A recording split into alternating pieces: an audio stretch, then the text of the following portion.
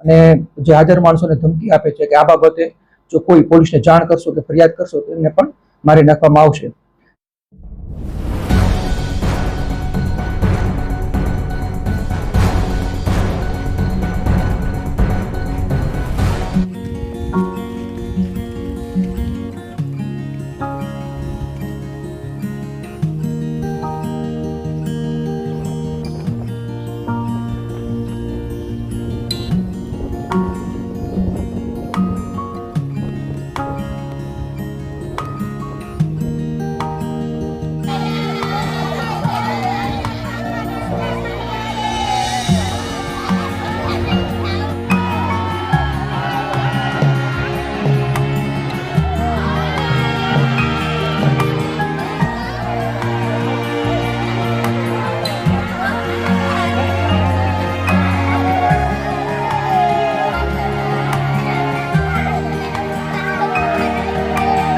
Karali police station ખાતે ગઈકાલ તારીખ 12 એપ્રિલના રોજ એક ખૂનનો ગુનો દાખલ કરવામાં આવેલો છે.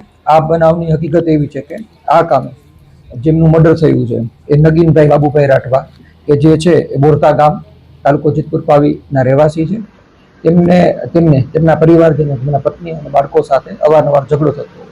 ગઈ તારીખ 9/4/2025ના રોજ પણ એમના પત્ની અને બાળકો સાથે ઝઘડો થયેલો હતો. એમાં એમના પત્નીને એમને માર મારેલો હતો. એ અનુસંધાને એમના દીકરાને, જે આ કામના આરોપી છે બનેસિંહને, જે 20 વર્ષના છે, એમને સારું નહીં લાગતા એમને એમના પિતા સાથે ઉગ્ર બોલાચાલી ઝઘડો કરી અને ઘર પછી છોડી દીધેલું હતું અને તે ત્યાંથી પોતાના કાકાના ઘરે રહેવા માટે જતા રહેલા હતા. બાદ 11 તારીખના રોજ ફરીથી આ કામના બંને આરોપીઓ બનેસિંહભાઈ કે જે મરણ જનાર નગીનભાઈના પુત્ર છે અને હજી બકાભાઈ કે જે મરણ જનાર નગીનભાઈના સગા નાના ભાઈ છે, બંને બાઇક ઉપર ત્યાં ફરીથી એમના ઘરે આવે છે મરણ જનારના, અને ત્રણેય વચ્ચે બોલાચાલી થાય છે, ઝઘડો થાય છે અને મારામારીમાં બકાભાઈ છે એ નગીનભાઈને નીચે પછાડી દે છે અને એમના છાતીના ભાગ ઉપર બેસી ગળાનો ભાગ પકડી લે છે.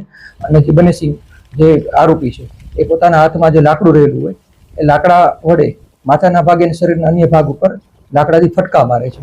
અને આ સમયે ત્યાં જ પાડોશમાં રહેતા મરણ જનાર નગીનભાઈના સગા કાકા રામસિંહભાઈ મંગળિયાભાઈ રાઠવા આવી જતા આ બંને આરોપીઓ છે ત્યાંથી વધુ માર મારતા અટકે છે અને જે હાજર માણસોને ધમકી આપે છે કે આ બાબતે જો કોઈ પોલીસને જાણ કરશો કે ફરિયાદ કરશો તો એમને પણ મારી નાખવામાં આવશે.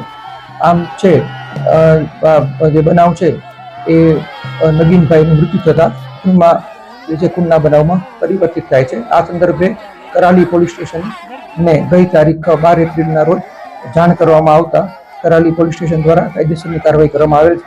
મર્ડરનો ગુનો દાખલ કરવામાં આવેલો છે.